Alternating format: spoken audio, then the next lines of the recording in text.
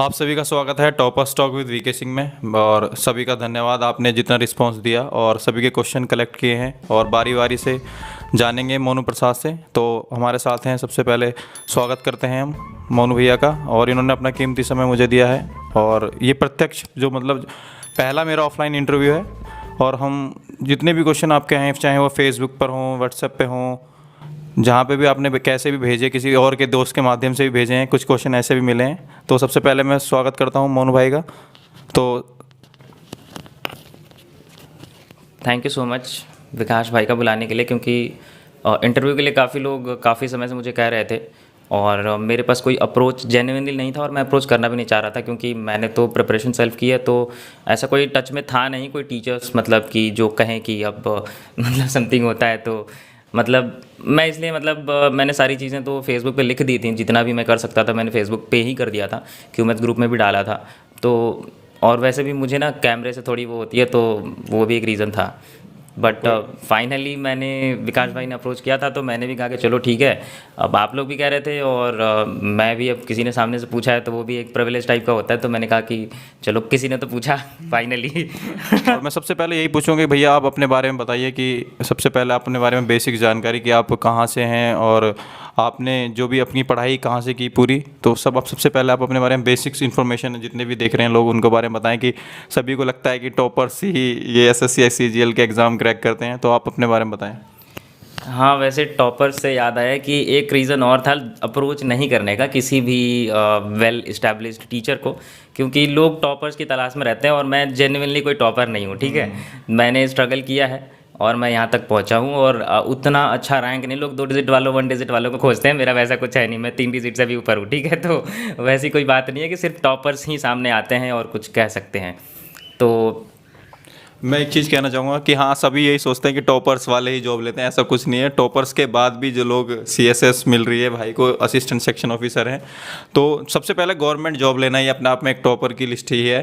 तो सभी को लगता है कि टॉप करके ही जॉब लगेगी, ऐसा कुछ नहीं है। बेसिक लड़के भी हैं जो अपनी जॉब कर रहे हैं। और जैसे कि आपने एसएससी सीजीएल के बारे में सबसे पहले कब सुना था? मेरी ग्रेजुएशन हुई थी जुलाई 2015 में। उसके बाद मेरी कॉलेज से प्लेसमेंट हुई थी, बट वो जॉब, क्योंकि मैंने ग्रेजुएशन के टाइम पे, मतलब वो बाकी के जैसे कि ग्रेजुएशन को देखा जाता है कि ग्रेजुएशन में तो लोग घूमते हैं, मौज मस्ती करते हैं, फिल्में देखते हैं।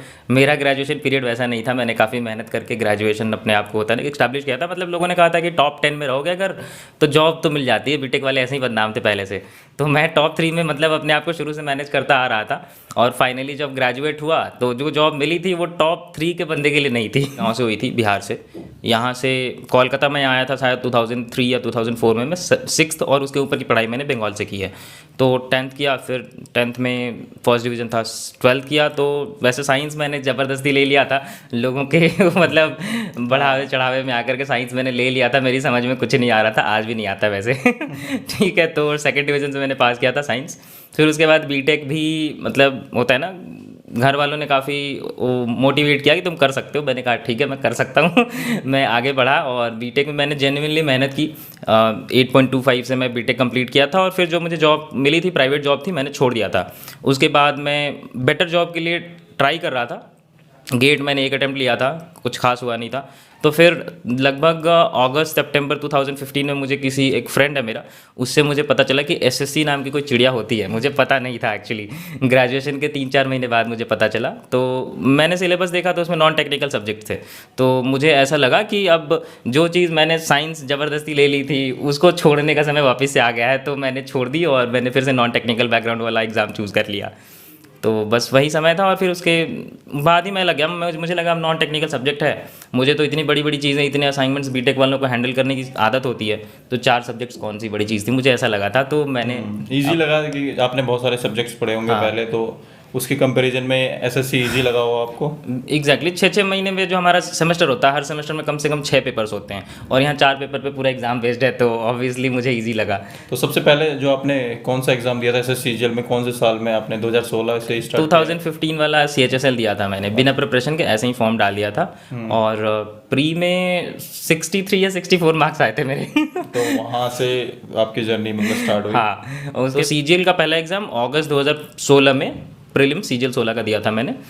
और फिर प्रीलिम्स निकल गया। मुझे पता भी नहीं था एक्चुअली कि मेंस होता है इसमें, मुझे लगा था ये निकल गया तो नौकरी लग गई।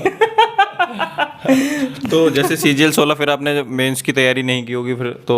नहीं की थी। ऐसे सीजीएल 2016 में आपने मेंस की तैयारी की थी? हाँ, फिर मतलब जब प्री का रिजल्ट आया तो उसमें लिखा हुआ था ना कि ये जो लिस्ट है वो मेंस के एलिजिबल कैंडिडेट्स के लिए है, तो मुझे पता चला अच्छा मेंस भी होता है। तो फिर मैंने मेंस की तैयारी की, फिर मेंस भी क्लियर कर गया। फिर टीयर 3, उस समय पहली बार टीयर 3 हुआ था, तो उस समय टीयर 3 में फिर वो लैंग्वेज वाली दिक्कत आई थी, हिंदी में देना है इंग्लिश में देना है, और मैं दोनों में इक्वली एफिशिएंट था, तो चूज़ करना भी एक बहुत बड़ा वो होता है। तो मैंने 1 महीने हिंदी इंग्लिश दोनों में प्रैक्टिस करी थी। फिर इवैल्यूएट करवाया था फ्रेंड से, उसने कहा कि इंग्लिश बेटर लग रहा है तुम्हारा, तो मैंने इंग्लिश में दिया। टीयर 3 भी पास किया था मैंने।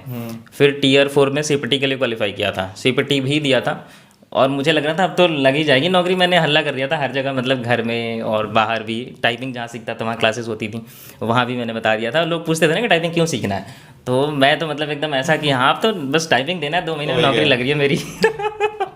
बट जब रिजल्ट आया तो मतलब 7 मार्क्स से रह गया था मैं।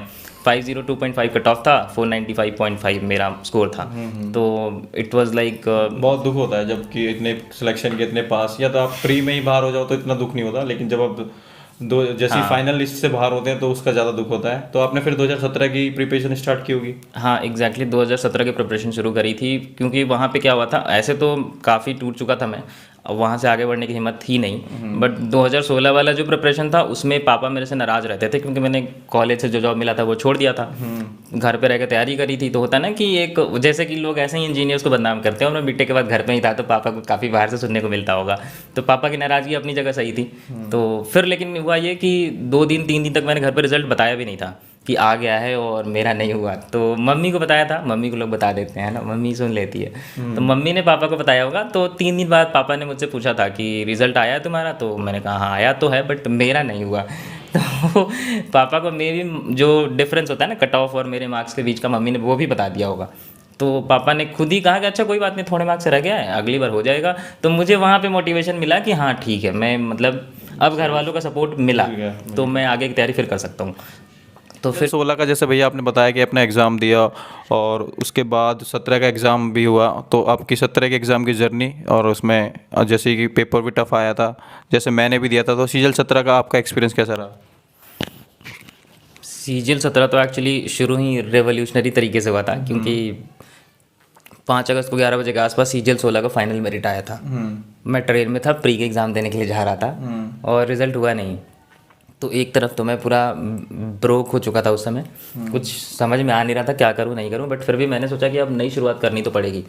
तो मैं गया, एग्ज़ाम मैंने दिया, रोते रोते ही सही, ठीक है प्री हुआ। प्री का रिजल्ट आया तो मुझे लग नहीं रहा था कि होगा, क्योंकि सिचुएशन सही नहीं था जब मैंने एग्ज़ाम दिया था, बट हो गया था। कम मार्जिन से हुआ था, शायद 143.5 ही समथिंग आए थे।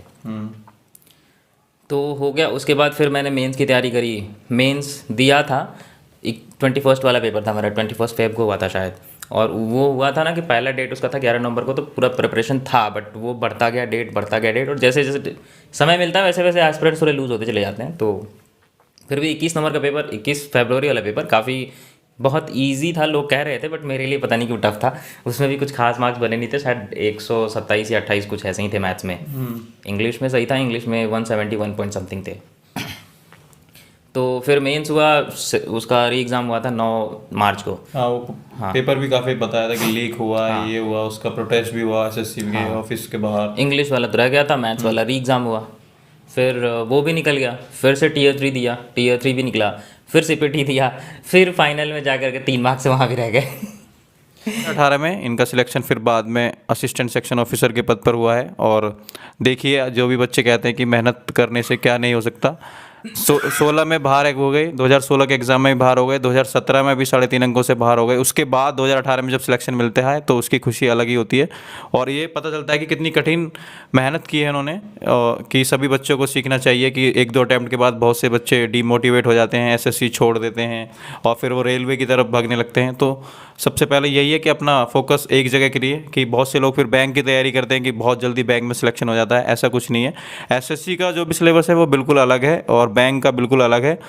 तो अब हम पूछेंगे भैया आपसे यही कि 2018 की जर्नी में आपने क्या चेंजेस किए कि 2016 में मात्र कुछ अंकों से रह गए थे, 2017 में भी कुछ अंकों से रह गए थे। क्या चेंजेस आपने, जो मेजर चेंजेस किए अपने पैटर्न में, पढ़ने के तरीके में, कि उससे जिसका आपका सिलेक्शन हुआ? ऐसे तो देखा जाए तो एक या दो बार कोई पर्टिकुलर, क्योंकि लोग क्या होता है ना कि मैं एक एग्ज़ाम पे फोकस था, मैंने सिर्फ सीजीएल को ही टारगेट किया था और सिर्फ वही दे रहा था। हाँ तो हाँ, ना तो ना, लेकिन होगा तो यही होगा। अब लोग क्या होता है, विक्टिम मेंटालिटी अपना लेते हैं थोड़े दिनों बाद या थोड़े सालों बाद कि वैकेंसीज नहीं आ रही हैं, एग्जाम्स नहीं हो रहे हैं, नॉल डिले हो रहा है, तो वो सब तो चीज़ें होती हैं ना, और वो सिर्फ आपके लिए नहीं हो रही हैं, वो सबके लिए हो रही हैं। तो अगर आप फोकस्ड हो, आने वाले एग्जाम में वैकेंसीज भले कम हैं, मान लो कि 5,000 ही वैकेंसीज है, तो 5,000 लोगों का तो होगा। ये तो है। तो आपको कोशिश करनी चाहिए कि आप उन 5,000 में से आ सको, है ना। तो सीजीएल 18 का अगर मैं सच कहूँ तो ऐसी कुछ खास स्ट्रैटेजी अपनाई नहीं थी उन दिनों। मैंने सारी मेहनत ना सीजीएल 19 के लिए करी थी एक्चुअली। जितनी चेंजेस करी थी सीजीएल 19 में करी थी, क्योंकि सीजीएल 18-17 के बाद जब मैं फिर से टूटा था ना, तो फिर देने का एग्ज़ाम मन नहीं था मेरा बिल्कुल भी। और मेन ये था कि 17 डिले बहुत ज़्यादा हो गया था, बहुत ज़्यादा हो गया था, तो पढ़ाई वढ़ाई तो छूट गई थी पूरी। लेकिन फिर हिम्मत करके मैंने सीजीएल 18 का प्री दिया था, तो प्री में 165 के आसपास बने थे, तो प्री क्लियर हुआ। तो फिर मेंस में बस एक नया चेंज ये करा था कि 17 तक में क्या है ना कि पहले ऑफलाइन मॉक्स होती थी, तो ऑफलाइन मॉक्स में ना उतना ज़्यादा बेनिफिट मिल नहीं पाता था। सिर्फ हम सवाल बनाना सीख सकते थे, प्रीवियस ईयर क्वेश्चंस कर लेते थे, तो वो एक तरह से मॉक्स ना होकर के प्रैक्टिस हो जाता था। जब ऑनलाइन मॉक्स आई मार्केट में, तो हमें जो एक होता है ना रियल एग्ज़ाम वाला जो चीज़ें होती है, वो सीखने को मिली कि हाँ कैसे टाइम मैनेज करना है एंड ऑल।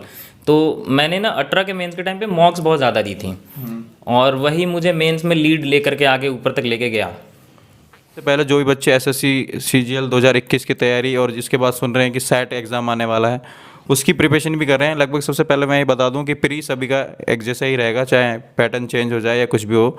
4 सब्जेक्ट्स हैं पहले भी, और अभी भी वही सब्जेक्ट बने रहेंगे। तो हम कोशिश करेंगे पहले प्री के जानने की। सबसे पहले भैया आप अपनी प्री की स्ट्रेटेजी बताएं, और जितने बच्चे तैयारी कर रहे हैं, और हो सके तो आप सब्जेक्ट वाइज बताएं कि आपने कैसे तैयारी की और कौन कौन सी बुक्स आपने फॉलो की। और सबसे पहले आप बताएं कि आपने इंग्लिश की तैयारी कैसे की फॉर प्री एग्ज़ाम के लिए। इंग्लिश देखा जाए तो सबसे पहली जो एक चीज़ मैंने सीखी थी इंग्लिश के लिए, कहीं से सुनी ही थी मैंने, कि इंग्लिश को ज़्यादातर लोग इंग्लिश में स्ट्रगल इसलिए करते हैं, एसएससी के बच्चों के लिए ना सबसे टफेस्ट सब्जेक्ट इंग्लिश हो जाता है, इंग्लिश में स्कोर करना। क्योंकि इंग्लिश को ना लोग एज अ सब्जेक्ट देखते हैं और उसको सीखने की कोशिश नहीं करते हैं, उसको पढ़ने की कोशिश करते हैं, सवाल सॉल्व करने की कोशिश करते हैं।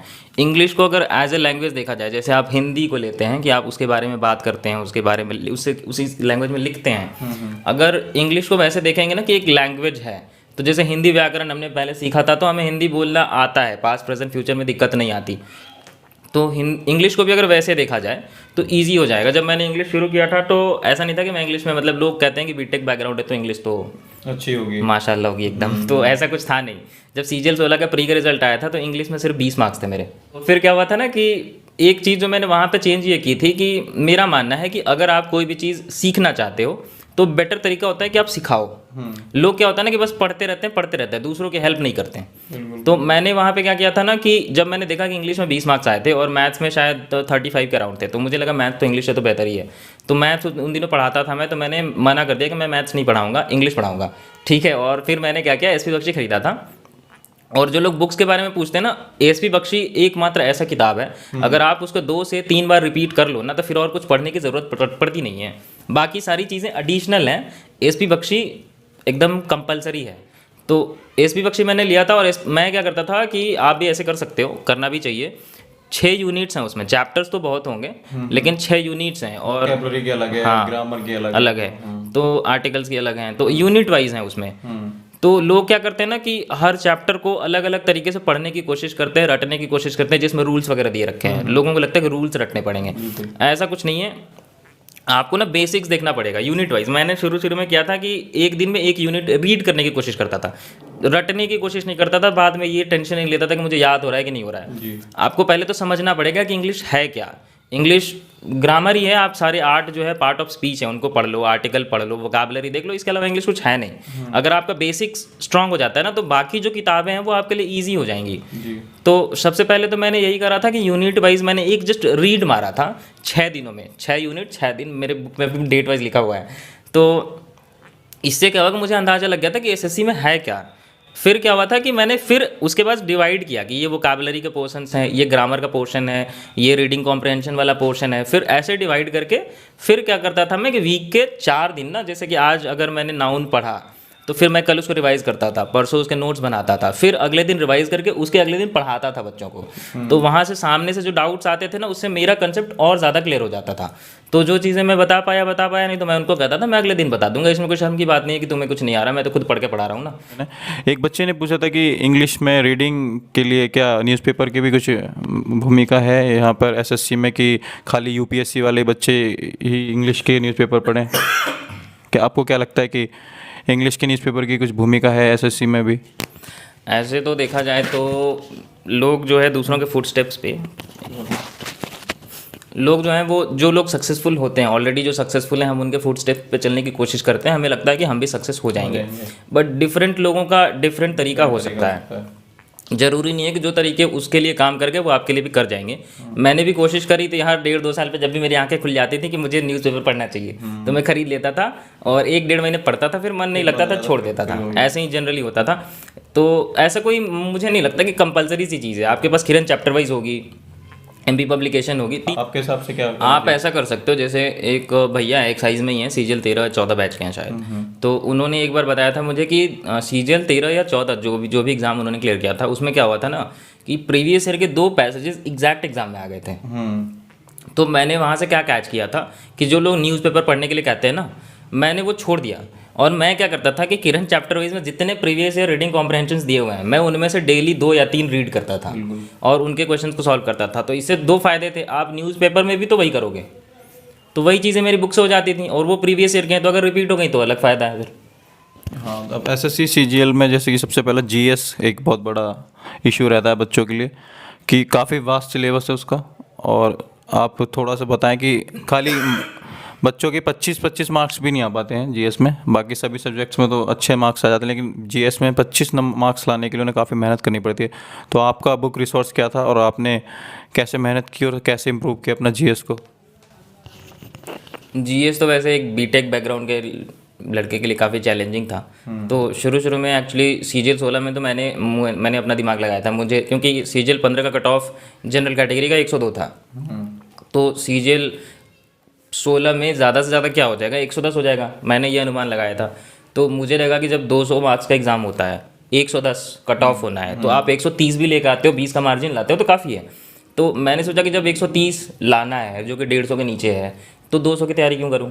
तो मैंने पहले अटेम्प्ट में तो जीएस की किताब तक नहीं खरीदी थी, मैंने छोड़ दी थी। मैथ्स, इंग्लिश और रीजनिंग, इन तीनों के दम पे प्री दिया था और एग्जैक्ट 129.5 नंबर आए थे। तो मुझे, और जीके में अब पेपर आया है तो समय मेरे पास था ही ना, तो मैंने गेस किया था तो 11.5 नंबर उधर भी आ गए थे, तो ऐसा निकल गया था। लेकिन फिर ऐसा हुआ कि जब लास्ट में 7 मार्क्स से रह गया तो मुझे काफ़ी रिग्रेट फील हुआ कि अगर जीएस पढ़ लेता, 20 मार्क्स भी आ जाते तो टीए लग जाता एटलीस्ट। तो मुझे जीएस की इंपॉर्टेंस वहाँ पे फील हुई। तो सीजीएल 17 में मैंने खरीदा किताब और लूसेंट लिया, और लूसेंट में जितनी भी चीज़ें हैं 300 पेजेस थे। मेरा क्या है, मैं शुरू से मतलब थोड़ा ऑर्गेनाइज्ड वे में पढ़ता हूँ, तो बुक जो है वो 300 पेजेस की है। तो मैंने उसको डिवाइड किया था कि अगर 5 पेज डेली पढ़ता हूँ तो 60 दिन मतलब 2 महीने।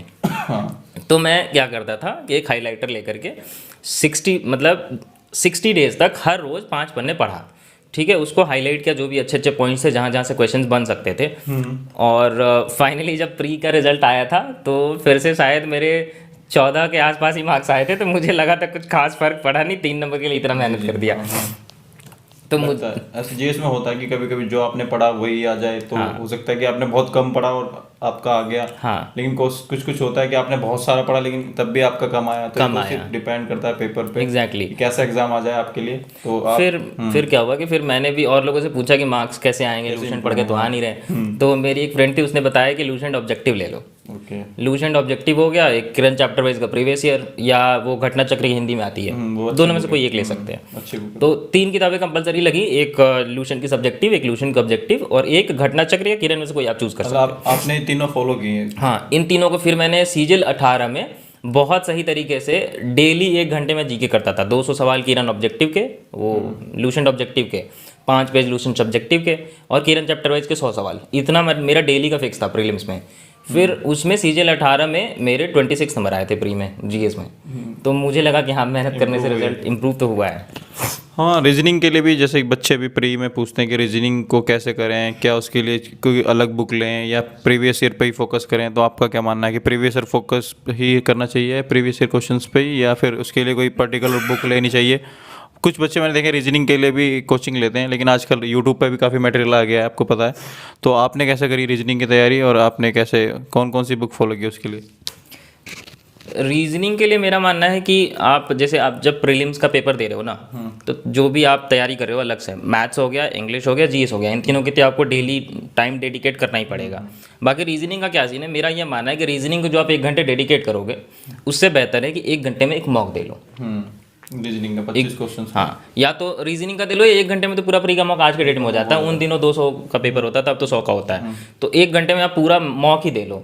फिर क्या होगा कि मैथ्स इंग्लिश और जीएस वाली तो आपको पता लग जाएगी कि कहाँ कहाँ पे आपकी वीकनेसेस आ रही हैं, तो आप जो पढ़ रहे हो उसके स्ट्रैटेजी में चेंज कर सकते हो। बिल्कुल। और बाकी जो रीजनिंग है, रीजनिंग के 25 क्वेश्चन रहेंगे, 25 में से आप मान लो 17 या 18 बना पा रहे हो, तो जो बना पा रहे हो वो तो ठीक है।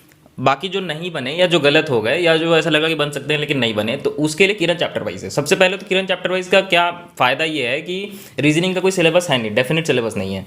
तो किरण चैप्टर वाइज अगर आप शुरू से अंत तक एक बार बुक खत्म कर लेते हो, तो क्या होता है ना कि एसएससी का जो सिलेबस है वो आपको आइडिया लग जाता है। बिल्कुल। उसके बाद आप चाहो तो एक किताब खरीद सकते हो, वर्बल एंड नॉन वर्बल, या तो आर्यंत वाली, या तो एक वो कौन सी आर.एस. अग्रवाल की आती है। आर.एस. अग्रवाल, हाँ। इन दोनों से फ़ायदा ये होता है कि जब आप मॉक के टाइम पे रीजनिंग के जो सवाल नहीं बनेंगे, जो गलत होंगे, उन बुक्स में इतने ज़्यादा सेम टॉपिक के क्वेश्चंस रहते हैं ना कि आप उनको वहाँ पे प्रैक्टिस करो, फिर अगले दिन मॉक दो, फिर जो फंसे फिर वहाँ प्रैक्टिस करो। तो ऐसे होता है, कोई अलग से बुक लेने की ज़रूरत है नहीं, अब तो यूट्यूब पे भी मिल जाता है। तो बुक्स ना भी लें तो चलेगा, बस एक ही बुक कंपलसरी है किरण चैप्टर वाइज सिलेबस के लिए। अच्छा, तो खाली आपने किरण मतलब चैप्टर वाइज आप ले सकते हैं, जैसे मोनू भाई ने बताया कि किरण उन्होंने फॉलो किया, प्रीवियस ईयर क्वेश्चंस पे ही फोकस किया। मैथ्स देखो आप प्री में भी आता है मोनू भाई, जैसे कि, और मेंस में भी एक महत्वपूर्ण भूमिका रखता है, और सिलेक्शन में भी मैथ्स और इंग्लिश की एक महत्वपूर्ण भूमिका है। तो हम प्री और मेंस दोनों के बारे में ही बताते हैं, क्योंकि पैटर्न सेम ही है, वही क्वेश्चंस आजकल तो प्री में ही आ रहे हैं। मेंस में भी थोड़ा कैलकुलेटिव हो गया है पेपर पहले से, एज़ कम्पेयर टू 2016 का एग्ज़ाम, और 2017 का एग्ज़ाम बिल्कुल अलग था। 2018 में थोड़ा कैलकुलेटिव आया है, 2018 से वही पैटर्न अभी चल रहा है। और 2020 का जैसे अभी मेंस आने वाला है 28 जनवरी को, तो जितने भी बच्चे ये वीडियो देखेंगे और या जानना चाहते हैं, उनके लिए अभी 2 महीने रह गए हैं लगभग। तो आप मेंस की मैथ्स की स्ट्रेटजी बताएं, उनके आपकी क्या थी रहेगी, और क्या क्या उन्हें इस टाइम में ध्यान रखना चाहिए कि उनके मार्क्स इंप्रूव हों। कुछ बच्चे अभी 120-130 के आसपास भी हैं, और अभी चाहते हैं कि 50-60 नंबर उनके इंक्रीज़ हो जाएं। वो तो अभी पॉसिबल शायद उनके हार्ड वर्क पे ही है। तो आप बताएं आपने क्या क्या फॉलो किया मैथ्स की मेंस की स्ट्रेटजी और प्री की स्ट्रेटजी भी आप बताएं, कोशिश करें, लगभग सेम ही है, आप अपनी बताएं। ऐसे तो शुरू से मैं खुद मैथ्स में स्ट्रगल कर रहा था। सीजीएल 16 के टाइम पे 154 थे, 17 के टाइम पे तो 113 ही थे, 18 में 150 के आसपास थे, लेकिन फिर 19 में काफ़ी अच्छा इंप्रूव हुआ था। तो चेंजेस का क्या सीन है कि प्रीलिम्स में मेरा ये मानना है कि कोई भी इंग्लिश हो या मैथ्स हो, 3 स्टेप में कर सकते हैं तैयारी, ये मेरा मानना है, बाकी कहीं आई डोंट नो। एक तो बेसिक होता है, दूसरा प्रीवियस ईयर होता है, और तीसरा होते हैं मॉक्स। मॉक्स सबसे ज़्यादा इंपॉर्टेंट है मेंस के लिए। मेरा ये मानना है कि प्रीलिम्स की जब आप तैयारी कर रहे हो ना, तो जो भी आपके 4 सब्जेक्ट्स हैं, इनके जितने बेसिक्स आप पढ़ सकते हैं करें, जितने प्रीवियस ईयर कर सकते हैं करें, इतने काफ़ी होते हैं। मॉक्स आप ऑल्टरनेट डे पे दे सकते हैं या वीकली एक दे सकते हैं, तो भी चलेगा। लेकिन जब आपका प्री क्लियर होता है, तो आपके अंदर एक कॉन्फिडेंस होना चाहिए कि अब आपको बेसिक में कहीं कोई दिक्कत है नहीं, क्योंकि आप मेंस में अच्छे अच्छे लड़कों से खेलने वाले हो, अच्छे लोगों से आपका चैलेंज वहाँ पे होगा, कॉम्पिटिशन्स होगा। तो मेंस के टाइम पे मेरा ये मानना है कि दिन के कम से कम 2 मॉक्स तो कंपलसरी होते हैं देने, एक मैथ एक इंग्लिश, या दोनों मैथ दे सकते हैं, इंग्लिश आप वीकली 2 भी देंगे तो चलेगा, लेकिन मैथ्स तो पर डे 1 कंपलसरी होता है। तो आप जो बेसिक्स आप पहले कर चुके हैं, बुक से कर चुके हैं या किसी लाइव क्लासेस से कर चुके हैं, किसी के रिकॉर्डेड वीडियो से कर चुके हैं, कहीं से भी आपने किया है, बेसिक्स किया है, प्रीवियस ईयर किया है, तो आपको एक टाइम सेट करना पड़ेगा कि जो बेसिक्स हैं आपके, आपने नोट्स बना रखे हैं या नहीं बनाए तो बनाने पड़ेंगे, क्योंकि एग्जाम के टाइम पे आप रिवाइज कर सकें। तो डेली हाफ एन आवर आपको बेसिक्स को देना पड़ेगा रिवीजन पर्पज से। डेली कम से कम 100 क्वेश्चन आपको प्रीवियस ईयर वाले रिपीट करने पड़ेंगे, ताकि वो आपके लॉजिकल माइंड में घूमता रहे। उसके बाद क्या होता है कि मॉक्स आप देंगे, और हर डे मॉक देने का मेन पर्पज़ ये नहीं होता कि आपने दिया जस्ट फॉर्मेलिटी के लिए कि आप काउंट करवा रहे हो कि मैंने 100 मॉक दे दिए, ऐसा नहीं होता है। आप अगर मॉक दे रहे हो ना, तो आपको आइडिया लगना चाहिए कि आप कौन सा मॉक चूज़ कर रहे हो। मॉक भी आज के डेट में ऑनलाइन वाले बहुत हो गए हैं और सबके लेवल अलग अलग हैं। कोई भी मॉक्स ढूंढना आजकल एक मुश्किल हो गया, बहुत बहुत मुश्किल काम है। तो आप ये कर सकते हो शुरू में किसी से पूछ के नहीं कि मतलब कौन से मॉक बढ़िया। अब जैसे कोई बहुत ब्रिलियंट बंदा है तो उसको एसएससी ट्यूब के मॉक्स अच्छे लगेंगे, उसके लिए जेन्युइन है। लेकिन आपके लिए तो वो दिक्कत आ जाएगी। बेसिक जो भी एवरेज स्टूडेंट्स हैं उनके लिए एसएससी ट्यूब के मॉक बहुत ही अबव एवरेज है। मैंने खुद एसएससी ट्यूब का खरीद लिया था, 800-850 में दिया था उसने, बट मैंने 2 अटेम्प्ट करने के बाद नहीं करते थे, मैंने कहा कि भाई टाइम वेस्ट हो रहा है। डिमोटिवेट हो जाता है बंदा। हाँ, इवन अड्डा के मॉक्स मैंने खरीद के रख दिए थे, मैंने एक मॉक दिया, उसके बाद हिम्मत ना हुई उसके देने की। तो आपको मॉक्स जो है ना, आप अपना लेवल खुद डिसाइड करते हो। मेरा मानना है कि 2-4 हज़ार रुपये आप उसमें डाल सकते हो, कोई दिक्कत है नहीं, स्पेंड कर सकते हो। बाद में जब नौकरी लगेगी ना, तो वो आपके सैलरी का 2-4% होता है। तो आप शुरू में क्या करो कि जब मेंस जैसे ही प्री का रिजल्ट आने का वेट तो पहली बात करना नहीं है। प्री का एग्जाम दे दिया आपने, अब आगे बढ़ो, ठीक है, आप तैयारी शुरू कर दो वहीं से, अगले दिन से ही। तो आपको 6-7 जो जैसे ग्रेड अप हो गया, ओली बोर्ड हो गया, एसएससी ट्यूब हो गया, टॉप रैंकर हो सकता है, और भी है मॉक्स, और कौन सा सुपर मॉक है, तो ये सारे मॉक्स आप खरीद लो, या किसी दोस्त की आईडी है तो उससे ले लो, जहाँ से भी करो, सबके 2-4 मॉक्स दो। फिर आप खुद से डिसाइड करो कि आपको क्या लग रहा है, कि आपका लेवल ठीक है या कैसा है। जैसे मेरे हिसाब से मुझे ग्रेड अप जो लगा था वो काफ़ी एक मतलब बूस्टर होता है, आपका कॉन्फिडेंस बूस्ट करता है वो। जिसे ऐसा लग रहा है कि उसकी जो है ना कि प्रिपरेशन खराब हो गया है, वो काफ़ी दिनों से रिवाइज नहीं किया है, पढ़ाई नहीं किया है, तो आप एक ग्रेड अप का मॉक दो, आप देखो कॉन्फिडेंस बूस्ट हो जाएगा आपको लगेगा हाँ मुझे तो आता है, याद है सब। उसके बाद क्या होता है, ओली बोर्ड थोड़ा एग्जाम ओरिएंटेड है, बट उसका ना इंटरफेस सही नहीं है, एग्जाम जैसा नहीं है, एग्जाम जैसा अलग है थोड़ा। सुपर मॉक है, सुपर मॉक एग्जाम ओरिएंटेड, हाँ एक टेक्स्ट बुक था। सुपर मॉक और टेक्स्ट बुक का क्या सीन है कि ये एग्जाम ओरिएंटेड भी हैं दोनों अच्छे और रेलेवेंट भी हैं, और प्रीवियस ईयर इनके फोकस ज़्यादा होता है। हाँ, तो और इनके सोल्यूशन भी अच्छे होते हैं। तो आप सब देखो, एग्जाम ओरिएंटेड टेक्स्ट बुक और सुपर मॉक हो गए, ग्रेड अप आपका बूस्टर हो गया, बाकी उसके अलावा जो ओली बोर्ड हो गए, अड्डा हो गए, एसएससी ट्यूब हो गए। एसएससी ट्यूब के आप लाइव मॉक वीकली एक आते हैं, वो दे सकते हो, वो सही रहता है, खरीदने की जरूरत है नहीं। और बाकी जो है वो आप डिसाइड कर लेना, इतने ज़्यादा मॉक की भी ज़रूरत नहीं है वैसे, बस आपको डेली एक देना है मॉक, उसके एनालिसिस बहुत सही से करनी है। और मॉक देते समय ये ध्यान में रखना है कि आप अगर रोज़ मॉक दे रहे हो ना, तो एग्ज़ाम के दिन जब आप दे रहे हो तो वो भी एक मॉक जैसा ही लगना चाहिए। नहीं तो वो आपके दिमाग में फिट हो गया ना कि आज तो मेरा करियर डिसाइड हो रहा है, तो वो आपकी नर्वसनेस में पढ़ाई सारी चीज़ें डूब जाएंगी। हाँ, एक बच्चे का एग्ज़ाम ओरिएंटेड ही क्वेश्चन था, उसने पूछा कि एग्ज़ाम के टाइम पे वो नर्वस हो जाते हैं और बाकी जैसे मॉक घर पे देते हैं तो अच्छे मार्क्स आते हैं 180 170 प्लस, लेकिन एग्ज़ाम्स में पता नहीं क्या हो जाता है उन्हें और मार्क्स उनके कम हो जाते हैं। तो एग्ज़ाम फियर को कैसे कम करें, आपने क्या फॉलो किया, मतलब जैसे ही आपका एक्सपीरियंस रहा एग्ज़ाम का कि आपने पहले प्रैक्टिस इतनी की कि आपको वहाँ पर डर ही नहीं लगा, हो सकता है उन्होंने कम मार्क्स दिए हों, तो आपको क्या लगता है कि उनमें इसमें किस चीज़ की भूमिका है? इस एग्ज़ाम फियर जो होता है ना, जो एग्ज़ाम के डेट पे जो मॉक आप देते हो वहाँ पे जो फियर होता है, इसको दूर करने का सबसे सही तरीका है लाइव मॉक्स। लाइव मॉक्स में क्या होता है कि अब तो लाइव मॉक्स में आपको वो कट ऑफ वगैरह भी बताने लगे कितने कट ऑफ है और उसके अंदर सब कुछ बता देते हैं इवन। तो आप जो भी लाइव मॉक दे रहे हो, तो एसएससी ट्यूब जैसे रैंक लिस्ट भी निकालता है, बहुत सही चीज़ है वो, ऑल इंडिया रैंक भी निकालता है, ऑल इंडिया रैंक पे स्टैंड करते हो ये पता चल जाता है। तो सीजीएल 19 के मेंस के टाइम पे जैसे मैं लाइव मॉक्स देता था एसएससी ट्यूब के, केडी कैंपस के, और कभी कभार ओली बोर्ड वाले आते थे वो भी दे लेता था मैं। तो इससे क्या होता है ना कि वहाँ पे ना आपको अपनी औकात पता लगती है कि आपने 6 दिन पढ़ाई करी है, फिर 7वें दिन जब मॉक दिया तो वहाँ पे अगर आप अपने रैंक्स वगैरह देखोगे ना, और आपके फ्रेंड सर्कल में जो लोग हैं, जो नोन लोग हैं और जो अच्छे आपके कॉम्पिटिटर्स हैं, जो आपको लगता है कि इस एग्ज़ाम में आपको इक्वली कम्पीट कर रहे हैं, आपसे आगे निकल रहे हैं, क्योंकि देखो बात ऐसी है कि दोस्त है, लेकिन एक बात यह है कि सीट भी तो है लिमिटेड। हाँ, तो अब तो वैसे भी वैकेंसी बहुत कम हो गई है। तो कोशिश ये करो कि दोनों ही पार लग जाए, ऐसा ना कि एक रह जाए एक निकल जाए, तो उसमें भी दिक्कत होती है। तो आप ना उनके स्कोर देखा करो, उनके रैंक्स देखा करो, इससे क्या होगा कि आपका कंपटीशन बनेगा की भावना भी बनेगी। फिर अगली बार जब आप मॉक में बैठोगे ना, तो दिमाग में पहले से रहेगा, अरे उसकी इतनी रैंक आई थी, इस बार मेरे को उससे कम लाना है, उसके इतने मार्क्स आए थे, मेरे को उससे ज़्यादा लाना है। तो जो एग्जाम फियर होता है ना, वो यहाँ पे भी फील करोगे आप। और हर वीक सेम एग्जाम फियर अगर फील होने लगा, रैंक कम लाने की होड़, मार्क्स ज़्यादा लाने की होड़ यहीं घर पे ही लगने लगी ना, तो घर पे एग्जाम फियर क्रिएट हो जाएगा। और अगर हर हफ्ते 2-3 महीने तक आप एग्जाम फियर फील कर ही रहे हो हर हफ्ते, तो एग्जाम में वो आपके लिए नॉर्मल हो जाता है। वो सबसे सही तरीका मुझे लगता है एग्जाम फियर से डील करने का। बिल्कुल ठीक बताया। मॉक्स को एनालाइज करने में, जैसे कि आपने कैसे एनालाइज करते थे मॉक्स में, अभी बस कुछ बच्चों के 120 या 30 मार्क्स भी आ रहे हैं, तो उनके लिए आप मॉक्स को कैसे एनालाइज करें अच्छे तरीके से?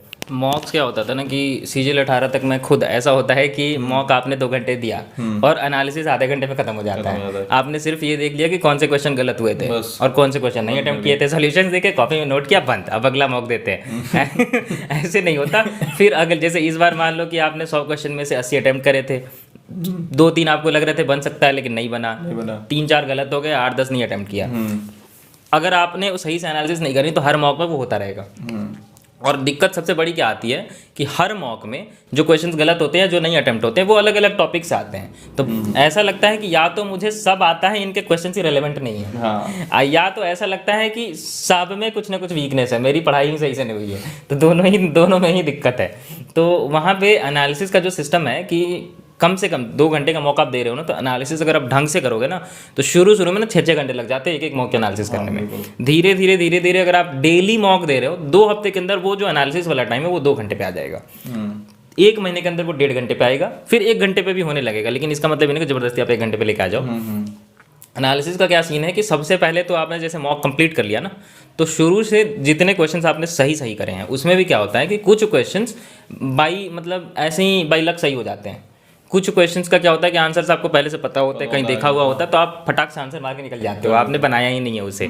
और कुछ क्वेश्चंस क्या होते हैं कि आपने गलत बनाया था, लेकिन मतलब होता है ना कि 2 नंबर आपका ऑप्शन आ रहा था, गलती से 3 लग गया और वो सही हो गया, तो आप आदमी निकल जाता है। और उसने सही जो क्वेश्चंस कर रखे हैं उसके एनालिसिस कोई करता ही नहीं है। सबसे बड़ी दिक्कत वहाँ भी आती है। तो सबसे पहले तो आपको ये करना चाहिए कि जितने क्वेश्चन सही हुए हैं उनको एनालाइज करो। उनका देखो कि वो ऑनलाइन वाले मॉक में तो पता चल जाता है कि किस क्वेश्चन पे आपने कितना समय दिया। अब तो ये भी आता है कि कितना समय दिया आपने, और यदि आपने ज़्यादा समय दिया हो तो उसको कम करने की कोशिश करो। एग्जैक्टली।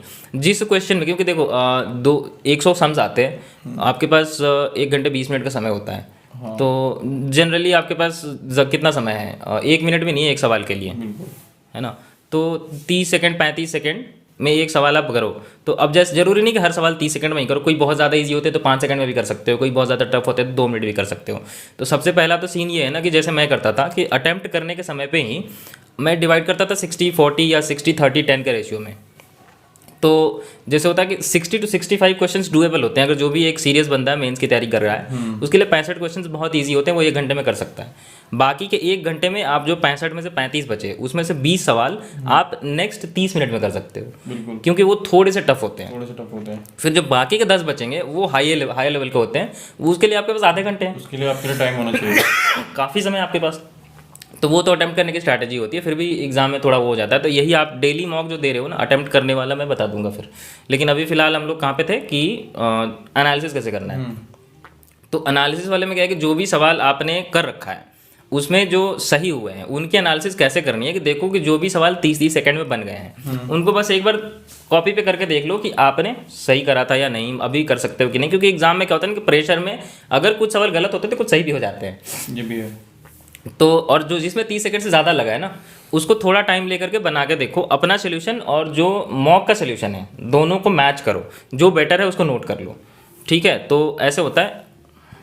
अटेम्प्ट करना एक कला है एक तरीके से, क्योंकि प्रीलिम्स का तो that is okay, but mains में क्या होता है ना कि जो बंदा मॉक मैनेज कर गया ना, वही बंदा एग्ज़ाम मैनेज कर जाता है।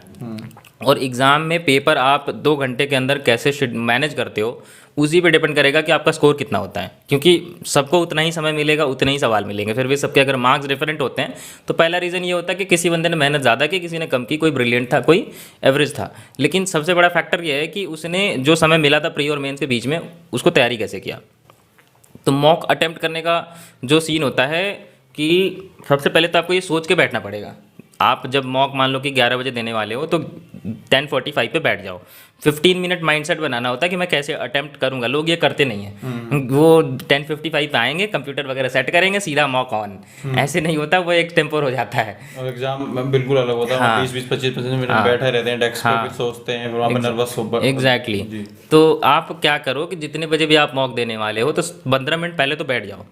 15 मिनट बैठ के सारा सेटअप, 15 मिनट पहले मतलब सारा सेटअप रेडी हो जाना चाहिए। ये नहीं कि 15 मिनट में वो कंप्यूटर ऑन कर रहे हैं और वेबसाइट लॉगिन कर रहे हैं, वो सब 15 मिनट के पहले कर लो। करो। 15 मिनट आपको क्या करना है, एक पेन पेपर लेके बैठना है कि आपको वहाँ पे लिखना है कि जो गलतियाँ कल करी थी आज नहीं करूँगा। एक तरह से ओथ लेना है, ठीक है, खुद से कि ये गलती कल हुई थी, आज वो नहीं करना है। कल 17 25 65 हो गया था, आज 85 ही करना है ना।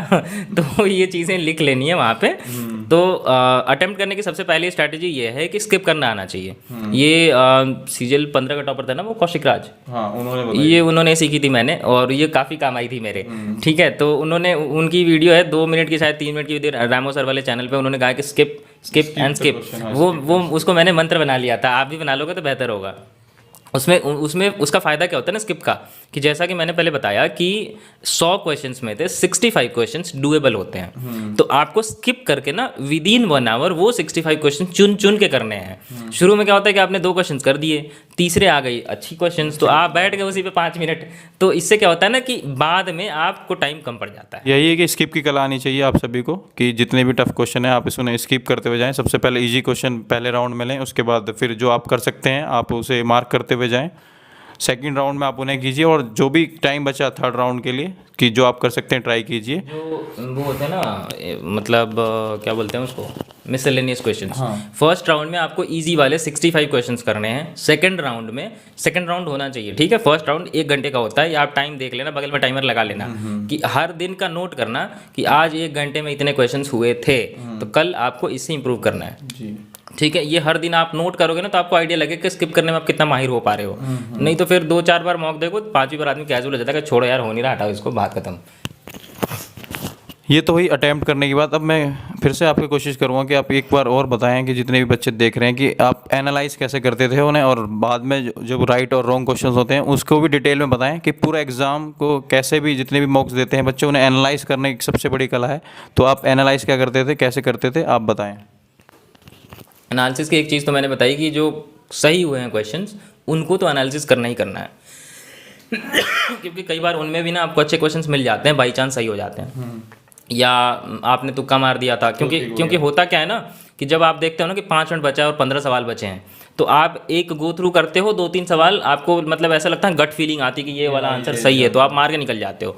बाई चांस अगर वो आपने 3 ऐसे करा था, 2 सही हो गए, आप तो उसके एनालिसिस करें ही नहीं, वो क्वेश्चन फिर अगर अगली बार आएगा तो फिर तुक्का मारोगे तो मैं भी गलत हो जाएगा। तो इसीलिए जो सही हुए हैं उनका भी एनालिसिस करना बहुत ज़रूरी होता है। फिर क्या होता है कि जो आपके गलत हो गए तो सबसे पहला चीज़ होता है कि जो गलत हो गए तो आप क्या करते हो कि आपने सोल्यूशन देखा कि आपको मतलब आप उसको सिर्फ एक कैटेगरी में डाल देते हो कि ये मुझे नहीं आता था इसलिए गलत हो गया। ठीक है, आप उसके सोल्यूशन देखते हो, नोट करते हो कि अगली बार नहीं करेंगे, बस आगे बढ़ जाते हो। ऐसा करना नहीं है। जो गलत होते हैं ना सवाल, उसके बहुत सारे रीजन्स हो सकते हैं। कैलकुलेशन एरर हो सकता है, कंसेप्चुअल एरर हो सकता है आपका, और भी एरर होते हैं जैसे कि आपने सोचा सही था, पेपर पे गलत लिख दिया। ये भी एरर होते हैं कभी कभी। हाँ, कभी कभी क्या होता है कि आपने देखा कि 2 ऑप्शंस थे, एक में 101 था, एक में 110 था, आंसर आपका 101 आया था, लेकिन जल्दीबाजी में 110 मार्क निकल गए। तो ऐसा भी होता है कि ऑप्शंस गलत मार्क कर दिए थे, ये भी एक तरह का गलत होने का। मैं अपनी भी बताना चाहता हूँ कि जब मैं एसएससी सीजीएल 2018 का एग्जाम दिया था मेंस का, तो वहाँ पे ऐसा होता है कि प्रॉफिट एंड लॉस के क्वेश्चन होते हैं, तो वहाँ पे प्लस प्रॉफिट लिखा हो रहा था और वहाँ लॉस भी लिखा रहता, तो मैंने प्रॉफिट पे मार दिया लॉस की जगह। तो छोटी मोटी, क्योंकि दोनों में 10 लिखा है, 10 लिखा हुआ है दोनों तरफ। जो कई बार ऐसा भी होता है कि कई क्वेश्चन जैसे कि प्रीवियस ईयर हो गया, या किसी मॉक में बार बार वही क्वेश्चन आपने देख रखा हो, तो क्या होता है ना कि जिन क्वेश्चंस पे आपको मास्टरी हो जाती है ना, जिसके आंसर्स ही याद हो जाते हैं, तो उन क्वेश्चंस पे आपको इतना ज्यादा कॉन्फिडेंस हो जाता है कि एग्जाम में 1-2 लाइन पढ़ा और अरे ये तो ये वाला सवाल है यार, ये आंसर मारो आगे बढ़ो। बट क्या होता है कि उसमें कुछ वो लोग थोड़ा बहुत चेंजेस कर देते हैं, तो वो भी एक तरह का एरर है कि आपने गलत सवाल पढ़ लिया। ठीक है, ये मेरे साथ इंग्लिश में हुआ था, सीजीएल 18 वाले में ही एक सवाल गलत हो गया था ऐसे। तो ये 3-4 कैटेगरीज हैं सवाल गलत होने के कि क्यों गलत होते हैं। तो रॉन्ग क्वेश्चंस के लिए आप क्या करते थे? इसके लिए अलग से कुछ स्पेशल नोट्स तैयार करते थे या? आपको क्या करना है ना कि जो गलत होते हैं सवाल, उनकी कॉपी एक अलग बनानी है सिर्फ गलत सवालों के लिए। हर सवाल जो गलत हुआ उसको आप नोट करोगे, भले वो आपको आता था नहीं होता था, आपको ऐसा लगा कि अरे ये तो मैंने गलत मार्क कर दिया था, इसको क्या ही नोट करें। मेहनत लगता है ना भैया, 5-7 मिनट लगेगा ये सवाल नोट करने में, लेकिन आपको वो मेहनत करनी है। आप हर दिन हर सवाल जो गलत हुआ है, चाहे उसमें कितना ही माइनर मिस्टेक हो, आपको ये बोल के आगे नहीं पढ़ना। आप दोस्तों को ये बताते हो कि अरे यार मेरे ना इतने आ जाते, ये तो फालतू में गलत हो गए, वो फालतू में गलत नहीं होते, आप अगली बार फिर करोगे। ठीक है, तो आपको एक एक सवाल को ना नोट करना है कि ये कंसेप्चुअल एरर था, क्यों गलती हुई, हाँ ये सवाल गलत पढ़ लिया था, ये आंसर गलत मार दिया था। वो रेड पेन से ना ब्रैकेट बना के लिखना है कि ये क्यों गलत हुआ था। इससे क्या होगा कि जब अगले दिन जो मैं कह रहा हूँ ना कि अगर 11 बजे से पेपर दे रहे हो, 10:45 पे बैठ के उनको रिवाइज करना है कि ये गलतियाँ कल हुई थी, आज नहीं करनी है। जितने बच्चे हमारे देखने वाले हैं बोर ना हो, तो वैसे महत्वपूर्ण है उन सभी के लिए। मूवीज़ में काफ़ी टाइम खर्च कर देते हैं, लेकिन यहाँ पर उन्हें एक रेलिवेंट चीज़ ही चाहिए। 3 घंटे की मूवी देख सकते हैं, 2 घंटे का इंटरव्यू। इंटरव्यू नहीं देख सकते हैं, बिल्कुल। तो आप बताएं कि आपकी दिनचर्या क्या थी? दिनचर्या का जहाँ तक सवाल है ना, तो अगर जैसे ये मैं मुझे भी पहले लगता था, क्योंकि मेरा मानना है कि अगर जैसे कि आपके एक जो एज होती है ना, उसके अकॉर्डिंग प्रायोरिटीज़ होती हैं। कभी स्कूल प्रायोरिटी होता है, कभी कॉलेज प्रायोरिटी होता है, कभी अगर आप कॉलेज से ग्रेजुएट हो चुके हो या 12th पर आप जो भी एग्ज़ाम अगर कंपटीशन में हो, जॉब लेना चाहते हो, तो आपकी प्रायोरिटी है जॉब लेना। तो आपकी अगर सबसे मतलब जो सबसे मोस्ट इंपॉर्टेंट प्रायोरिटी वो जॉब लेना है, पहली प्रायोरिटी है, तो मेरा मानना है कि 24 आवर पूरे दिन में होते हैं, आधे से ज़्यादा समय आपको उसको देना चाहिए। मतलब 12 घंटा होता है तो 12 से ज़्यादा। तो जनरली मैं शुरू से इतना देता था, 12-13 घंटे मैं रोज़ पढ़ता था। फिर भी मतलब मन में ये आता था हर बार रिजल्ट आने के बाद कि मैं कभी 7 से रह गया, कभी 3 से रह गया। तो ऐसा लगता था कि ये लोग ऐसा क्या खा लेते हैं, मतलब कि इनके इतने आ जाते हैं मार्क्स, ये कब कोई एसओ बन गया, कोई ईडी में चला गया, और मैं 13-13 घंटे पढ़ के इतने नंबर से रह गया। तो मेरे मन में ये सवाल आता था, सबके ही मन में आता है, जब तक कि वो सक्सेस ना हो जाए। जब वो सक्सेस हो जाता है ना, तो उसे लगता है ये तो नॉर्मल सी बात है। ठीक है, तो मुझे भी पहले ये सवाल आते थे। तो वो एक शिव खेरा का एक कोट है कि winners don't do different things, they do things differently। तो वो है ना कि वो लोग चीज़ें वही करते हैं जो आप कर रहे हो, बस तरीके अलग होते हैं। तरीके अलग होते हैं। तो मेरा तरीका क्या था कि पहली बात तो ये है कि आपकी प्रायोरिटी अगर जॉब लेनी है तो 12 घंटे से ज़्यादा समय आपको देना चाहिए। वो ये डजंट मैटर कि आपका कोई दोस्त है वो 10 घंटे पढ़ के अच्छे नंबर ला रहा है, तो आपको लगेगा अरे क्या है, मैं भी 6 घंटे पढ़ूंगा। तो ऐसा नहीं करना है। सबकी अपनी अपनी कैपेबिलिटी होती है कि कोई 13 घंटे पढ़ के उतना गेन करता है, कोई 2 घंटे पढ़ के उतना गेन करता है। तो आप अपने हिसाब से चलना, अपने हिसाब से देख सकते ठीक है। पहली बात ये, अब जरूरी नहीं कि 13 घंटे मैंने कह दिया तो आप 13 घंटे, अगर 6 घंटे में उतना कर सकते हो तो करो, दैट डजंट मैटर। हाँ, दैट डजंट मैटर। तो पहली चीज़ ये है कि आपको ये डिसाइड करना पड़ेगा कि कौन सा सब्जेक्ट आपका वीक है, सबसे वीक। एक बुक मैंने पढ़ी थी, ईट दैट फ्रॉग, उसमें कहा था कि जो सबसे अगली फ्रॉग होता है ना, उसे सबसे पहले खाना चाहिए। ठीक है, सबसे अगली फ्रॉग कहने का अर्थ ये है कि जो भी आपको नापसंद हो, मतलब जो भी हाँ, मैथ्स आपको किसी पसंद नहीं है, तो सबसे पहले उसे ही करो। हाँ एग्जैक्टली, जो चीज़ आपको एकदम करनी पसंद नहीं है, आप दिन निकाल देते हो, रात में रिग्रेट करते हो कि अरे ये चीज़ यार आज नहीं हो पाई, कल पक्का करूंगा, फिर कल नहीं करोगे क्योंकि वो तो पसंद ही नहीं है तुम्हें। तो थोड़ा एफर्ट देना पड़ेगा, लेकिन सुबह उठ के सबसे पहले वही पकड़ना, सबसे पहले उसको ख़त्म कर देना है। ईट दैट अगली फ्रॉग, सबसे सुबह सुबह। तो सुबह उठ के जो सबसे टफ सब्जेक्ट है, जिसमें आपका मन नहीं लगता, बोरिंग हो, बहुत मेहनत करने के बाद रिजल्ट ना मिल रहा हो, आप उससे उदास हो, अपसेट हो गए हो कि अरे ये तो अब होना ही नहीं है, तो सबसे पहले सुबह उठ के वो करना चाहिए। ठीक है, तो जैसे कि मेरा शेड्यूल क्या होता था कि जब मैं तैयारी करता था, अभी तो नहीं उठ पाता हूँ, तो जब मैं तैयारी करता था तो 5 बजे उठ जाता था, 4:30 पौने 5 में उठ जाता था। मैं 15 मिनट वाली वो लेके चलता हूँ हमेशा, 5 बजे से अगर पढ़ना है तो 4:45 में उठ जाऊँगा। तो मैं क्या करता था, सुबह उठ के 5 to 9 4 घंटे में मॉक कह रहा हूँ, वो आप डिसाइड कर सकते हो एग्जाम कितना नियर है उसके अकॉर्डिंग। सबसे पहले तो जैसे प्री के टाइम पे या मेंस में अगर 2 महीने से ज़्यादा बचे हैं, तो सबसे पहले मैं सुबह उठ के मैथ करता था, मतलब 4 घंटे मैथ्स, जिसमें से 1 घंटे मैं प्रीवियस ईयर करूँगा, 1 घंटे में बेसिक्स करूँगा, बाकी के 2 घंटे बैठ के प्रैक्टिस करता था किसी न किसी बुक से। फिर क्या होता है, 9 से 11 आप जो भी आपकी चीज़ें घर की वो कर लो।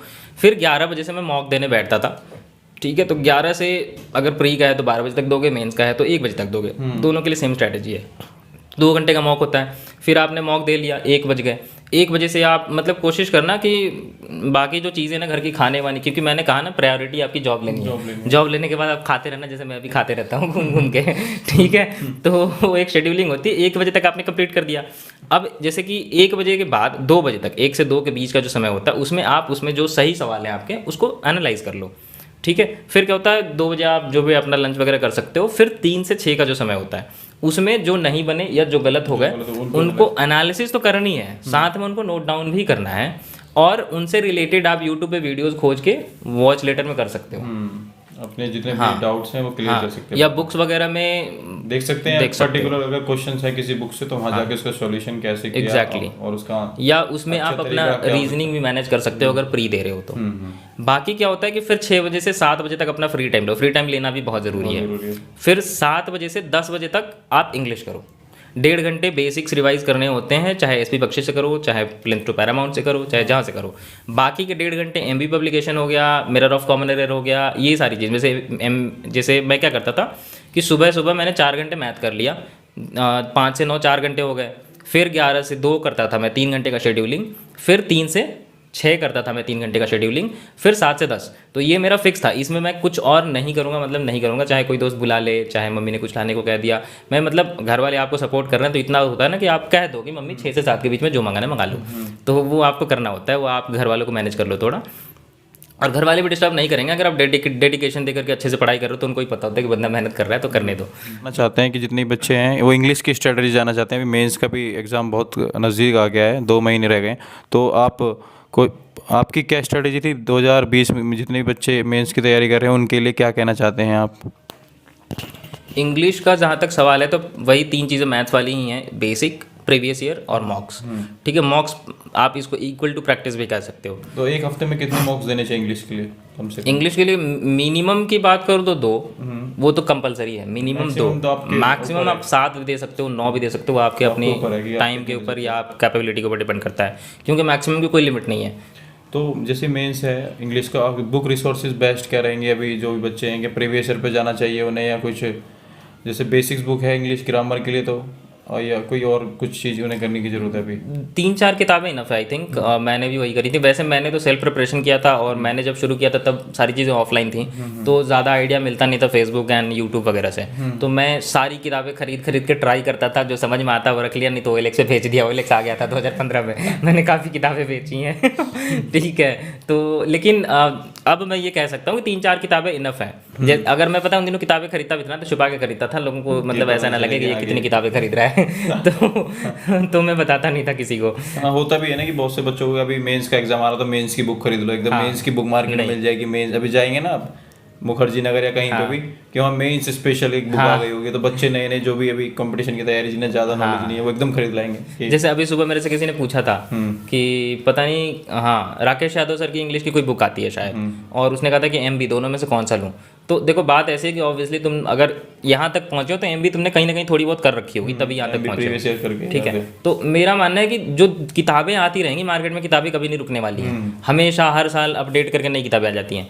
लेकिन 4 किताबें पकड़ के रखो, मतलब किताबें कम करो, उसको रिपीट करो। हर बार आप एक बुक खत्म करते हो फिर नया खरीद लेते हो, तो वो पहले वाली भी गुल हो जाएगी, और नई वाली तो पढ़ना पड़ेगा ना, फिर वो बाद में गुल होगी, टाइम लगेगा।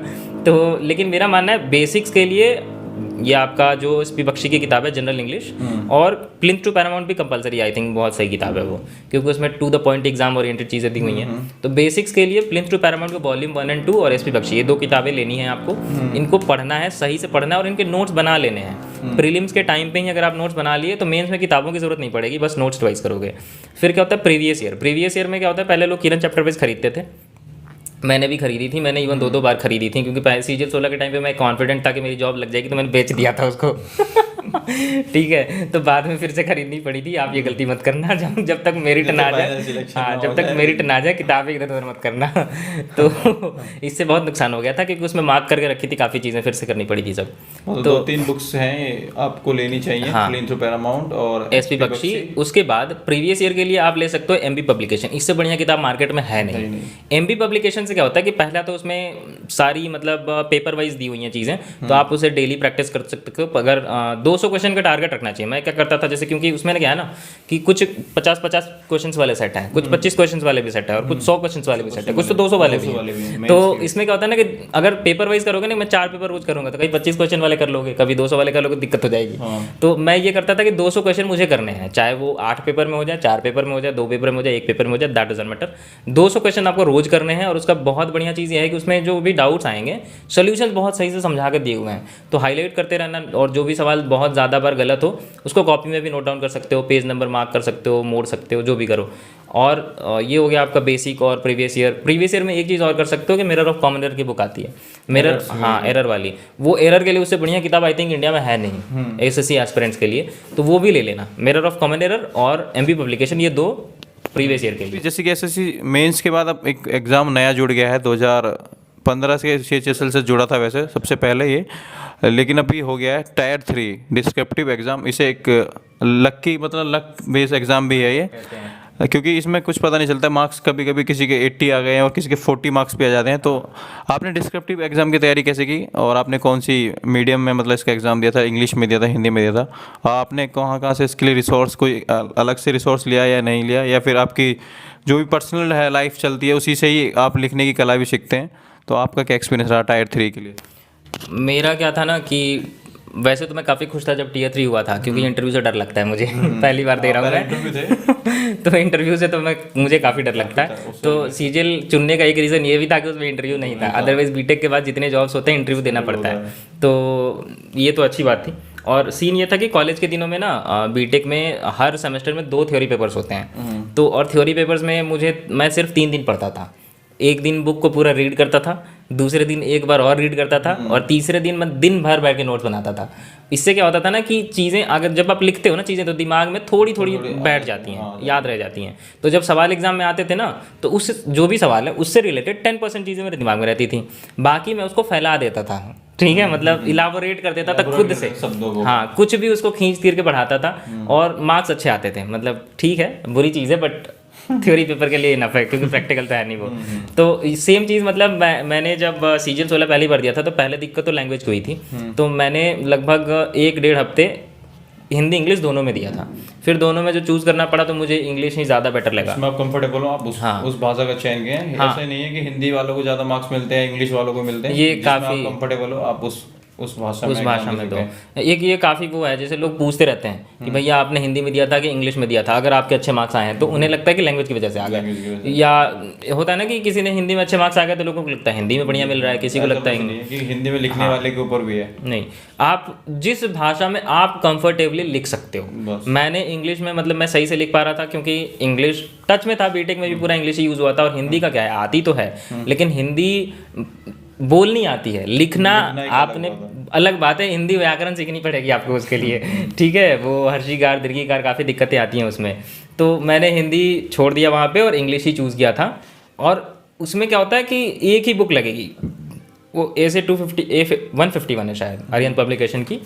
क्योंकि वो बुक भी इसीलिए नहीं कि पढ़नी है या सीखनी है, आपको बस वहाँ से क्या है, हर मतलब टॉपिक्स का डिवीजन किया हुआ है कि सोशल टॉपिक्स हैं, ये पॉलिटिकल टॉपिक्स हैं। तो आपको एटलीस्ट ये आइडिया लग जाता है एग्जाम में जब आपका पेपर आएगा तो कि वो टॉपिक किस जेनर से रिलेटेड है। तो आपको उससे बाहर नहीं जाना है।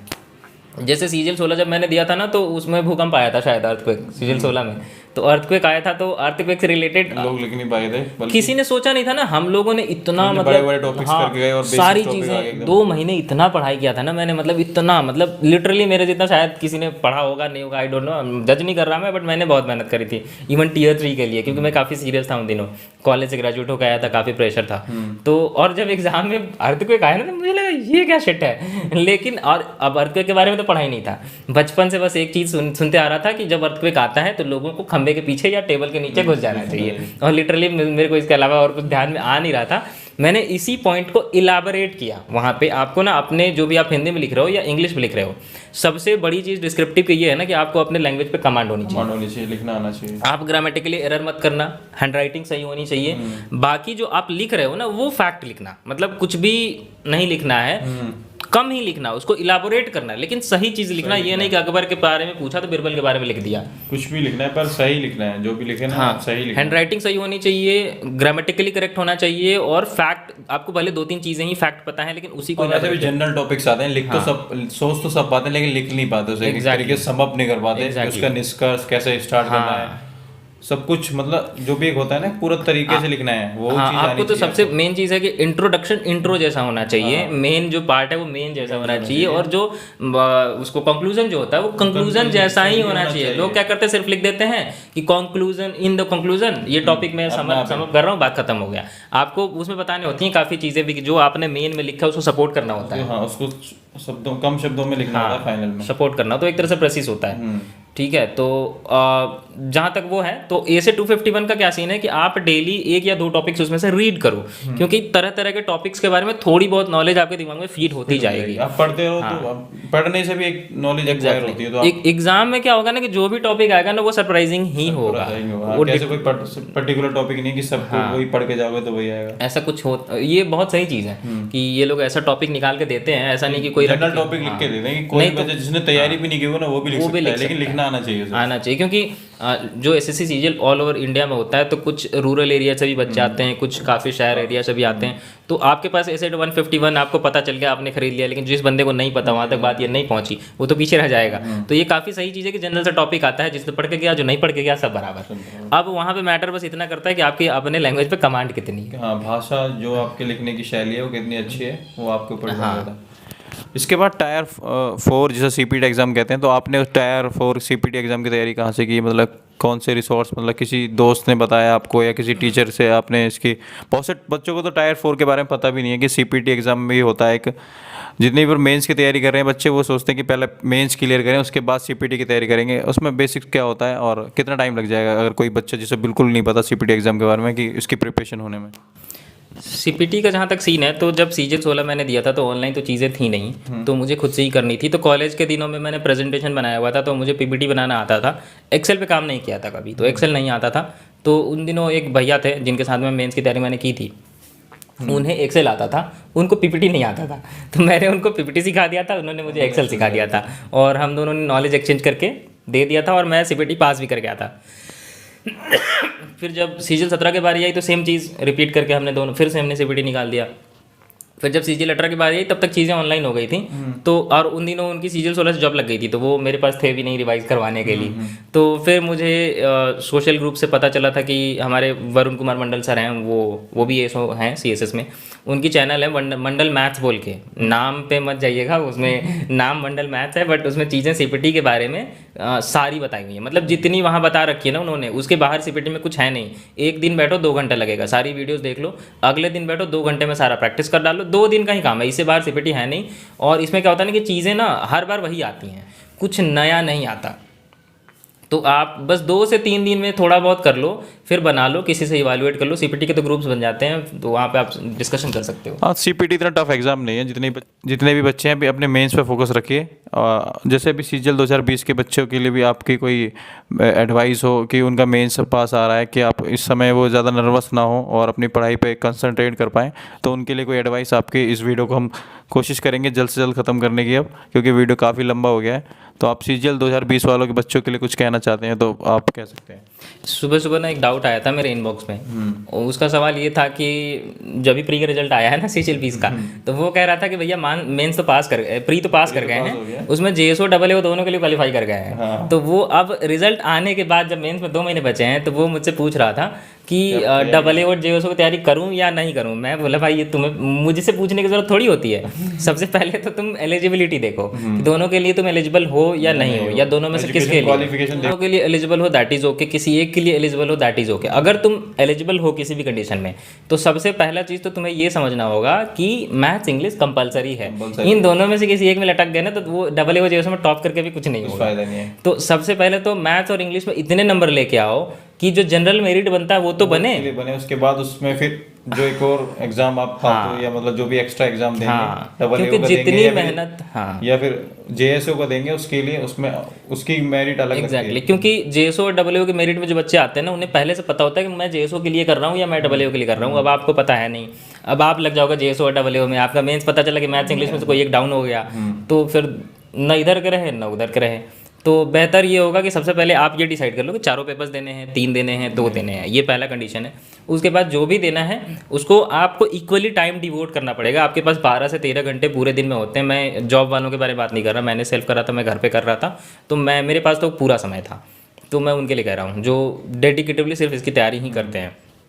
12-13 घंटे होते हैं, तो आपका वीक और स्ट्रॉन्ग के हिसाब से किसी को 7 घंटे दे सकते हो, किसी को 5 घंटे दे सकते हो, या 3 पेपर दे रहे हो तो 4-4 घंटे में डिवाइड कर लो। आपके ऊपर है कि आप कैसे दे रहे हो, लेकिन तीनों को इक्वली समय देना बहुत ज़रूरी है। और मतलब अभी इन द सेंस तीनों को इक्वली देने का मतलब ये नहीं कि मैथ्स पढ़ने बैठ गए 4 घंटे में मॉक देके एनालिसिस करना है, पढ़ना नहीं है। उसके लिए आप अलग से चाहो तो रात भर जगते हैं बच्चे, पढ़ने वाले बच्चे 2-3 घंटे ही सोते हैं, ज़्यादा नहीं सोते। जब और जो जॉब के साथ जो प्रिपरेशन कर रहे हैं वो तो कम टाइम होता है उनके पास, लेकिन अभी मैथ्स और इंग्लिश को भी टाइम देना है और मैथ्स को ज़्यादा ही टाइम देना है, तो वो कैसे कवर करें? अगर आपको कुछ कहना चाहते हैं उनके बारे में। वैसे तो मुझे एक्सपीरियंस है नहीं जॉब के साथ तैयारी करने वाले, लेकिन अब मेरे पास कुछ फ्रेंड्स हैं जिन्होंने जॉब के साथ क्लियर किया, जैसे मेरे रूममेट ही हैं। तो सीन ऐसा है कि आपके पास जितना भी समय होता है आपके पास भले मतलब जैसे एक सर थे सीजीएल 16 की जब मैं तैयारी करता था तो उनका क्या सीन था, वो जॉब करते थे आईटी फील्ड में। तो 10 to 10 की जॉब होती थी, वो कभी कभी 11:30 बजे रात 12 बजे रात को घर आते थे। तो उनका सीन था कि वो रात में ही 1 से 4 पढ़ते थे। मतलब 11:30 12 बजे घर आए तो फ्रेश होके खाना वाना खा के 1 बजे रेगुलर का था उनका, पढ़ने बैठ जाते थे। तीसरे अटैम्प्ट में उन्होंने सीजीएल क्लियर किया था वो जॉब के साथ उनका, लेकिन ये फिक्स था कि वो रेगुलर रहते, हर दिन 1 से 4 3 घंटे पढ़ते थे। पढ़ते थे। आपको क्या है ना कि ये मतलब इसको ना विक्टिम कार्ड नहीं खेलना कि मैं जॉब करता हूँ तो मेरे पास समय नहीं बचता, इससे नुकसान मेरा नहीं होगा, मैं जज नहीं कर रहा किसी को, लेकिन आपका ही होगा, आपका ही होगा। ऐसा मतलब जॉब आप कितना भी टफ जॉब कर रहे हो ना तो 3 घंटे तो निकाल ही सकते हो। ये आपके ऊपर डिपेंड करता है कि आप कितना डेडिकेटेड हो। तो अगर आप रेगुलर लगे हो 3 घंटे ही सही, आपने 1 घंटे मैथ कर लिया, 1 घंटे इंग्लिश कर लिया, 1 घंटे में मॉक जो भी है आज दे लिया, कल एनालिसिस कर लिया, तो ऐसे करके आप जैसे होता है कि आपने एक आज के दिन सिर्फ 1.5 घंटे मैथ्स इंग्लिश पढ़ लिया, अगले दिन मॉक दिया, उसके अगले दिन एनालिसिस किया, जैसे भी आप मैनेज करो, आपको मैनेज करना है, बस कंसिस्टेंसी बनाए रखना है। मैं बस लगातार बने रहे, हाँ, मतलब बस कंसिस्टेंसी मैटर्स। तो अभी आप सभी ने मोनू भैया को सुना, और जितने भी बच्चे अभी मेंस की तैयारी कर रहे हैं, चाहे वो जॉब करते हैं या फिर फुल टाइम तैयारी कर रहे हैं, उन्हें इन सभी बातों पर ध्यान से काम करना चाहिए मेरे हिसाब से। और मैं मोनू भैया का सबसे पहले धन्यवाद करता हूं कि उन्होंने अपना कीमती समय दिया। और आप मोनू भैया को फेसबुक पर भी आप देखते हैं कि बहुत अच्छी अच्छी पोस्ट लिखते हैं और हमेशा सक्रिय रहते हैं, और वहाँ पे भी कोशिश करते हैं कि आप सभी के क्वेश्चन के आंसर देने की। लेकिन बच्चे के क्वेश्चन है, आपको पता ही है कि कभी ख़त्म नहीं होते हैं, लेकिन वो फिर भी कोशिश करते हैं कि अपना कीमती समय दे पाते हैं। लगातार जॉब पे जब आप 8-10 घंटे अपने ऑफिस में काम करते हैं, उसके बाद भी फेसबुक पर सक्रिय होकर सभी के आंसर देना भी एक अपना आप में ही बहुत महत्वपूर्ण बात है। और मैं फिर से धन्यवाद करता हूँ उन्होंने जितने भी सभी इतना टाइम हमें दिया, और उम्मीद है कि आपको ये इंटरव्यू अच्छा लगा होगा कि और हमने कोशिश करी है आप सभी के आंसर देने की। तो मैं फिर से मोनू भैया का धन्यवाद करता हूँ। और मोनू भैया 2 शब्द कहना चाहते हैं तो आप। सबसे पहले तो थैंक यू सो मच उन एस्पिरेंट्स का, और जो भी मुझे फेसबुक पे फॉलो करते हैं, ये जो मेरे फ्रेंड लिस्ट में हैं, जिन्होंने बार बार मुझे मोटिवेट किया कि आपको इंटरव्यू देना ही चाहिए। तो मैंने फाइनली ये मेरा पहला इंटरव्यू है। और विकास भाई को भी धन्यवाद करना चाहूँगा क्योंकि इनके ज़रिए और इनके चैनल के थ्रू ही ये इंटरव्यू आपके सामने आएगा। और बाकी चीज़ें तो आप सबको मेरे बारे में पता ही है, मैं तो सारी चीज़ें बताता रहता हूँ। कुछ ऐसा है नहीं जो बचा हो, और बाकी जो बचा है वो बचा रहे तो ही अच्छा।